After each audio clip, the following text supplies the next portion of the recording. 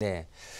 자, 우선 뭐 파리 부동산 대책 그야말로 전체적인 심리에 그 어떤 영향을 주는 그런 어떤 좀 강력하다고 느낄 수 있는 그런 대책이었고, 뭐 전체 그 전국을 대상으로 한 건 아니고 조정 대상구역 그리고 투기 과열지구 투기 지역 이렇게 해서 서울을 중심으로 수도권에서 이제 일부 시가 이제 포함이 됐는데, 자 어쨌든 그 현재 모습에서 이제 파리 부동산 대책 이후라고 생각한다면 지금 이제 3주가 지났어요. 자 그동안 과연 파리 대책 이후에 2주 동안 매매 수급 동향 지수를 이제 살펴보게 된다면 이제 아무래도 떨어지게 됐죠. 자 일단 살펴볼 내용은 크게 이제 세 가지입니다. 매매 수급 동향 지수하고요. 그리고 매매 거래 동향 지수하고요.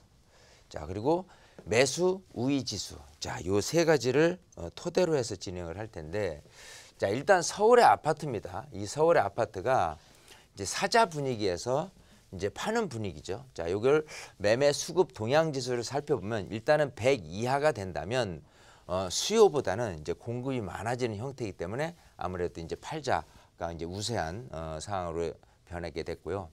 자, 3개월 만에 다시 100 이하로 강남 4구 하락폭이 이제 뭐 가장 큰 거는 여지없이 일단 재건축 시장까지도 다 포함된 부분에서 이제 강남이 가장 큰 폭으로 하락이 됐는데, 일단 그 8월 2일 부동산 대책 이전의 모습에서 매매 수급 동향 지수는 114.2, 서울 전체가요. 강남 4구는 125.2에서 8월 14일 98.8로 이제 100 이하로 떨어졌고요. 강남 4구도 이제 100 정도로 이렇게 떨어졌습니다. 자 그리고 매매 거래 동향 지수, 이건 매매 시장에 대한 그 분위기를 살펴보는 건데요. 일단 0에 가까울수록은 거래가 좀 한산한 편이고, 좀 200까지 가게 되면 거래가 굉장히 좀 활발했었는데, 어쨌든 8월 1일 부동산 대책 이전의 모습은 52.9 정도를 서울에서 이제 기록을 했었다면 8월 14일은 34.7로 큰 폭으로 이제 떨어졌죠. 그래서 시장 분위기가 굉장히 안 좋아진 걸 의미하는 거고, 세종도 마찬가지 103.6에서 거래가 좀 활발했던 편에서 78.2로 대폭 크게 그 분위기가 줄었다는 걸 확인해 볼 수가 있고요. 자 일단 그 전체적인 그 시장을 놓고 봤을 때 매수 우위 지수, 앞에 얘기한 거랑 조금 비슷한 내용일 수 있는데, 어쨌든 이렇게 서울이 148, 파리 부동산 대책 이전에, 그리고 파리 대책 이후에는 95.7로 이렇게 큰 폭으로 이렇게 떨어졌고요. 매수 우위 지수 자체가.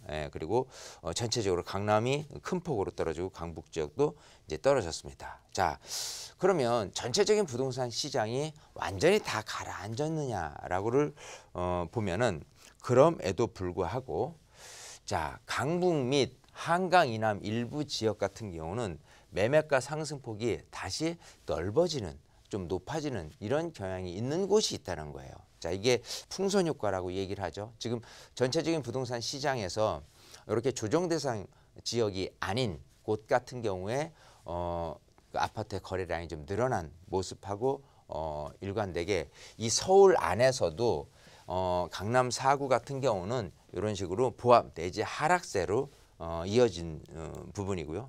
그렇지 않은 강북 및 한강 이남 일부 지역은 상승폭이 좀 다시 넓어지고 있다는데, 그걸 한번 살펴보죠. 일단 강북구하고 은평구만 보더라도 대책 이전 같은 경우는 상승폭이 0.11에서 0.44 정도였는데, 대책 이후에도 오히려 그 상승폭이 0.18 또 0.15로 이렇게 오히려 대책 이전보다 약간 올라간 듯한 양상을 이제 보였습니다.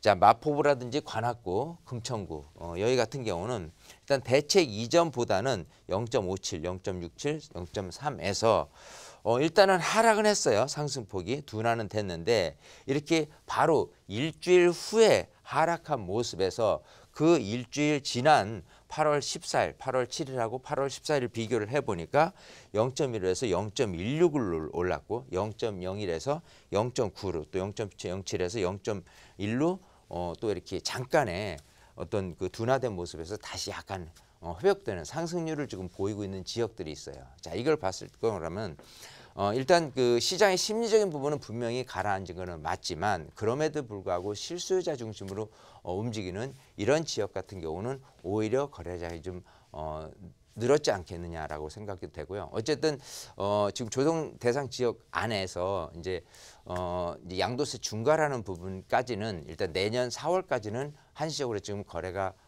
됐을 경우라면 어떤 그 양도세에 대한 부분이 중과가 되지 않는 부분, 즉 다주택자분들이 좀 집을 내놔라 하는 부분이 있기 때문에 올 연말까지 상황을 지켜본다면은 이것마저도 거래량이 좀 줄 수 있다, 그냥 막연하게 줄 수 있다라고 볼 수는 없겠죠. 자, 그래서 이런 부분 잘 살피셔서 여러분들도 필요에 따라서 내가 그래도 실거주 목적인 상태라면은 전세보다는 그냥 집을 사는 게 낫겠다 그러면 그런 판단에 영향을 주는 그런 통계일 수도 있으니까요. 잘 여러분들이 좀 관망 플러스 좀 들여다볼 수 있는 그런 어떤 해안을 좀 발휘해야 될 때가 아닌가 싶습니다.